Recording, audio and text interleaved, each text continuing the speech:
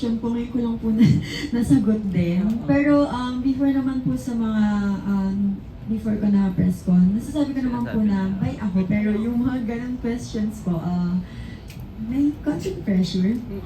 Ganun, ngayon lang. Bilang Pride Month naman, ano ba yung mas message mo sa lahat ng mga gusto na rin mag-come out pero natatakot pa rin isip? Ako kasi, natakot kasi ako nung umamin ako sa mom ko. Pero ang masasabi ko lang sa inyo na huwag kayong matakot sa kung sino kayo. Kasi kahit naman hindi ka lalaki or babae na talagang gusto maging ng mga magulang mo, yun pa, kasi kahit ano naman yung gender mo, anak ka pa rin naman nila eh. So, huwag ka matakot. I-push mo yan. Kumuha ka na lang ng lakas ng loob. Ako kasi kumuha ko ng lakas ng loob sa kaibigan ko lang eh.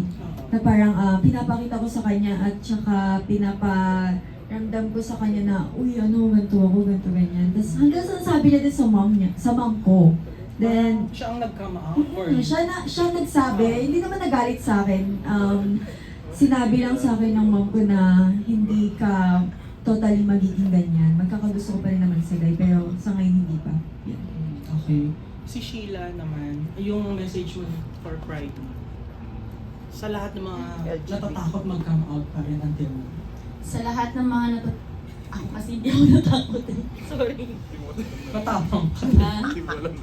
Hindi ko alam na. Lalaki. Nakalive po ba tayo? Yung girlfriend niya po nag-text. Sabi po ng girlfriend niya. Ano sabi? Wala, pati si Sheila pala. So nakalive po ba tayo? Kung hindi ka talaga Sheila. Oo nga. May character, no? Oo. Nakalive pala tayo. Rest ko. Ano mo? Ang masasabi ko lang, sa mga natatakot, actually mahirap